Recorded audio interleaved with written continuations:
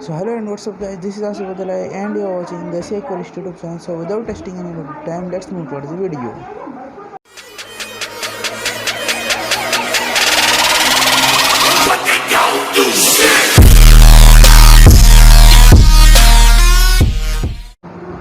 और भी एक्वेरियम की बेसिक इन्फॉर्मेशन के लिए सब्सक्राइब करें और हमारे चैनल और बेल आइकन को ऑल पर सेलेक्ट करके हमारे साथ जुड़े रहें। तो आज हम बिगनर फिश कीपिंग गाइड में कुछ ऐसे 5 पॉइंट्स कवर करने वाले हैं जो बिगनर फिश कीपिंग गाइड के लिए बहुत ही कोई भी बिगनर है जो फिश कीप कर रहे हैं, जो एक्वेरियम फिश होते हैं, ना कि वो जो खेती वाला वो नहीं है, तो जो पालने वाला फिश है तो उसी के ऊपर आज हम चर्चा करने वाले हैं। तो आज मैं आपको कुछ ऐसा 5 पॉइंट बताने वाला हूँ जिनको मैं 2 दिन के मेहनत से तैयार किया हूँ भाई, तो प्लीज़ वीडियो के एंड तक देखें।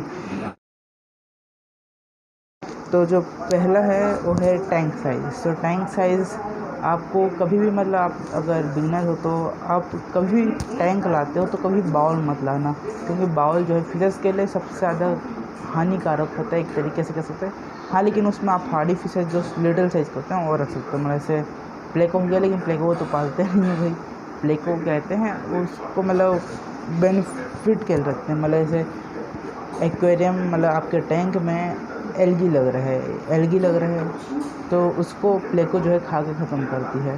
तो उसके लिए वो उसका हम बाद में कवर करेंगे, इसी में है, लेकिन पॉइंट जो है लास्ट में थोड़ा।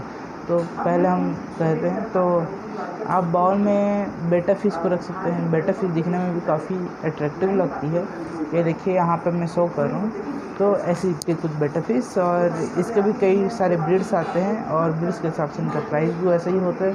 तो आपको सिंपल वर्ड्स में बोलूँ तो आपको बाउल में फिश बिल्कुल भी नहीं रखना है, छोटा साइज़ का बाउल में बिल्कुल नहीं रखना है। और आप किस साइज़ का टैंक लेना चाहिए, आप अगर बिगिनर हो तो आपको 3 फीट का एक्वेरियम मिनिमम लेना चाहिए, और 3 फीट से ज़्यादा कभी आप ले सकते हो, कभी भी 1 फीट या 2 फीट का ना लें, और 3 फीट का भी लेते हैं। अगर आप गोल्ड फिश रख रहे हैं तो गोल्ड फिश 1 पेयर ही रखें, उससे ज़्यादा मत रखें, क्योंकि 1 पेयर गोल्ड फिश ही बहुत ज़्यादा बड़े हो जाते हैं अगर उनको प्रॉपर कंडीशंस मिले और वाटर का कंडीशन भी अच्छा हो। तो चलते हैं नेक्स्ट पॉइंट की तरफ। तो नेक्स्ट पॉइंट जो है वो है प्लेस कहाँ पे रखें आप एक्वेरियम को।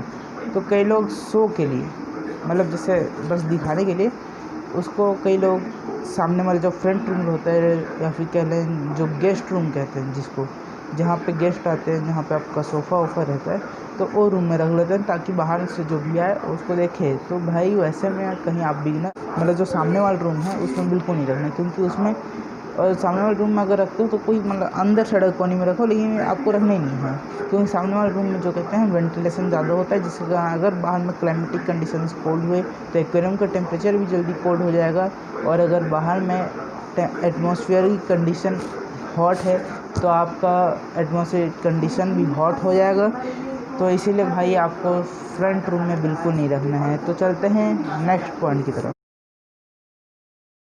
तो नेक्स्ट पॉइंट होता है एटमॉस्फेयर। तो एटमॉस्फेयर आपको रूम के अंदर रखना है, जो पहला पॉइंट है, तो उसके मैं कहना यही चाहता था कि आपको रूम के अंदर रखना है, अंदर रूम, सेकंड रूम में रख सकते हैं, थर्ड रूम में रख, लेकिन फर्स्ट रूम में आपको नहीं रखना है। तो आप ऐसे एटमॉस्फेयर में अब हम कवर करने वाले, जैसे आपके नहीं ऐसे एरिया में रखें जहाँ पे ज़्यादा शोर शराबा ना हो, जहाँ ज़्यादा हल्ला गुल्ला ना हो, आप ऐसे एरिया में रखें ताकि वहाँ पे फिशेस को कंफर्टेबल फील होंगे, उनको वो हैप्पी रहेंगी, हेल्दी रहेंगी, उनको ज़्यादा शोर शराबा पसंद नहीं होता। और हमेशा वहाँ पे आपको उनके टैंक का जो लाइट है उसको हमेशा ऑन नहीं रखना है, उससे फिशेस स्ट्रेस में जा सकती है, क्योंकि फिशेस को अंधेरा पसंद होता है। तो आप टैंक का लाइट को 24 घंटे चालू करके मत रखें। हाँ, मान ले इन द केस कि आपके घर में गेस्ट आए हैं, आप 5 to 10 मिनट्स के लिए और टैंक के लाइट को ऑन कर सकते हैं। अब नेक्स्ट पॉइंट की तरफ हम बढ़ते हैं, और नेक्स्ट पॉइंट है इलनेस।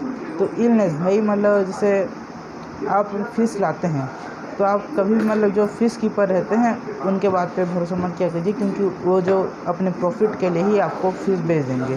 तो आपको उन लोग के ऊपर भरोसा नहीं करना है, जो मैं बताता हूँ वही सब करना, नहीं तो मेरा भी बात नहीं मानना है। तो यूट्यूब में आप और भी सर्च कर लें, उनमें आपको मिल जाएगा फिशेस के बारे में। तो जो मैं अभी इलनेस के ऊपर बोल रहा था, तो इलनेस मतलब जैसे आप एक्वेरियम स्टोर में जाते हैं तो आपको वहाँ पे फिशेस को देख के लाना चाहिए, मतलब कोई फिश बीमार तो नहीं है, कुछ हुआ तो नहीं है। तो इस कैसे आइडेंटिफाई करते हैं, इसके ऊपर मैं वीडियो फ्यूचर में जाके डाल सकता हूँ, शायद ही नहीं, ये डालूँगा, ही पक्का डालूँगा, मैं आप लोग के लिए पक्का डालूँगा। I am sure that I will put that video for you. तो इलनेस में एक और पॉइंट भी आता है, अगर आप नया एक्वेरियम लाते हैं तो आपको एक्वेरियम में डायरेक्ट फिश नहीं छोड़ना है आपको, कि नहीं, मतलब 1 वीक और 2 वीक ऐसी एटलीस्ट आपको उसमें रखना है, मतलब फिश टैंक को साइकिल करना है। उसमें जो फ़िल्टर आप लगाए हैं उस फिल्टर को आपको रोटेट करना है, मतलब साइकिल करना है पानी को। लेकिन ऐसा भी नहीं होना चाहिए कि उसमें कहते हैं आप ऐसी नॉर्मल में, लेकिन आपको अगर जल्दी चाहिए तो आप उसमें चिकन जो खाते हैं और चिकन का लेग का बोन डाल सकते हैं, या फिर जो श्रिम्प्स होते हैं, मतलब डेड श्रिम्प होते हैं, वो श्रिम्प को भी आप डाल सकते हैं और उसको रोटेशन कीजिए बस पानी को। उसमें क्या होता है, बेनिफिशियल बैक्टीरिया एक्वेरियम में ऑटोमेटिकली फॉर्म करता है, जो फिशेस के लिए बहुत ही अच्छा होता है। उसके बाद आप 1 और 2 वीक के बाद उसमें फ़िश छोड़ सकते हैं, अपने जो भी मार्कर से ला के फ़िश छोड़ें। लेकिन फ़िश के 1 और 2 वीक पहले से ही आपको एक्वेरियम सेटअप रेडी रखना है। अब चलते हैं हम अपने नेक्स्ट पॉइंट की तरफ। और नेक्स्ट पॉइंट जो है, जैसे कि मैंने स्टार्टिंग में बोला था, टैंक क्लीनिंग फिश।